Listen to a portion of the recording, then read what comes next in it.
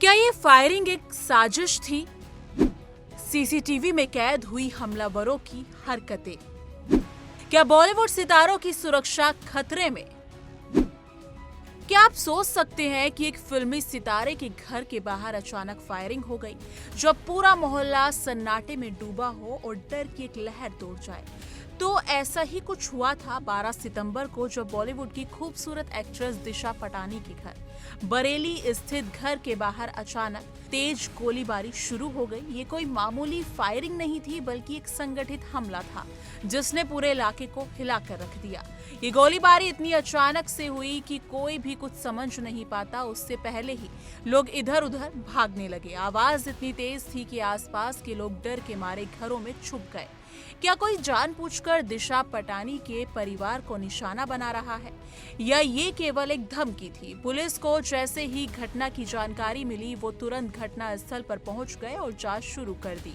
परंतु सवाल ये था कि फायरिंग करने वाले कौन थे और क्या वो जल्दी ही पकड़ में आ जाएंगे? पुलिस ने पूरे इलाके के करीब 2500 सीसीटीवी फुटेज खंगाले और संदिग्धों की पहचान करने में जुट गई।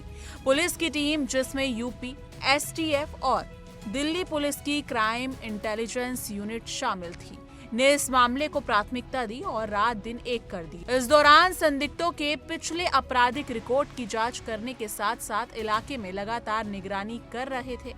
फुटेज में साफ दिख रहा है कि 2 बाइक सवार शूटर घर के बाहर आए और तेजी से फायरिंग शुरू कर दी। पुलिस के लिए ये वीडियो बहुत अहम सबूत था, जिसने मामले की दिशा बदल दी।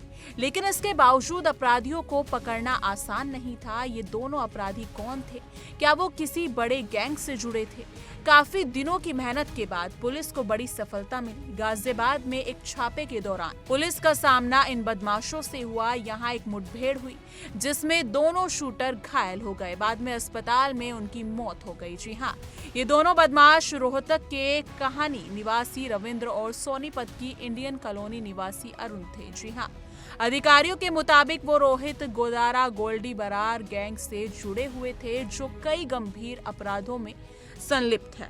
जी हाँ, ये मुठभेड़ पुलिस के लिए एक बड़ी जीत थी, जिसने दिशा पटानी और उनके परिवार के लिए सुरक्षा की भावना को वापस लाने में मदद की। मुठभेड़ के बाद दिशा के पिता जगदीश पटानी ने मुख्यमंत्री योगी आदित्यनाथ का खुले दिल से आभार जताया। उन्होंने कहा कि मुख्यमंत्री ने उन्हें व्यक्तिगत रूप से भरोसा दिया था कि अपराधियों को जल्दी पकड़ा जाएगा, और प्रशासन ने वादा पूरा किया। उनका कहना था कि इस कार्रवाई से उनके परिवार और इलाके के लोगों को बहुत राहत दी गई है। आइए एक बार उनके बयान पर नजर डाल लेते हैं। माननीय मुख्यमंत्री उत्तर प्रदेश श्री योगी आदित्यनाथ जी का अपने तथा अपने परिवार की ओर से धन्यवाद ज्ञापित करता हूँ। जैसा उन्होंने मुझे विश्वास दिलाया था और उसी के अनुरूप इतने कम समय में अपराधियों को ढूंढकर इतनी कठोर कार्रवाई की। मैंने आज पुनः माननीय मुख्यमंत्री जी से फोन पर वार्ता कर उनका धन्यवाद ज्ञापित किया कि उनके नेतृत्व में उत्तर प्रदेश सरकार एवं उत्तर प्रदेश पुलिस भयमुक्त समाज की परिकल्पना को पूर्ण रूप से साकार। ये घटना हमें ये सोचने पर मजबूर करती है कि आखिर बॉलीवुड की चमक दमक के पीछे कितनी खतरनाक दुनिया छुपी होती है। क्या हमारी सुरक्षा व्यवस्था इन खतरों से निपटने में सक्षम है? क्या इस तरह की घटनाएं फिर कभी नहीं होंगी? और सबसे अहम सवाल, क्या हमारे कानून व्यवस्था के हाथ इतने मजबूत हैं कि अपराधी कभी भाग ना सके? दोस्तों, सुरक्षा के लिए सरकार और प्रशासन की सक्रियता जरूरी है, और इस मामले में यूपी सरकार ने साफ दिखा दिया कि कितनी गंभीरता से काम करती है। ये भी सच है कि आम नागरिकों की सुरक्षा भी हमारी पहली प्राथमिकता होनी चाहिए। हमें अपने आसपास सतर्क रहना होगा और ऐसे मामलों में पुलिस से पूरी मदद करनी होगी। तो आप क्या सोचते हैं इस पूरे मामले को लेकर? क्या पुलिस की कार्रवाई से आप संतुष्ट हैं, या आपको लगता है कि सुरक्षा के और भी कड़े कदम उठाने की जरूरत है?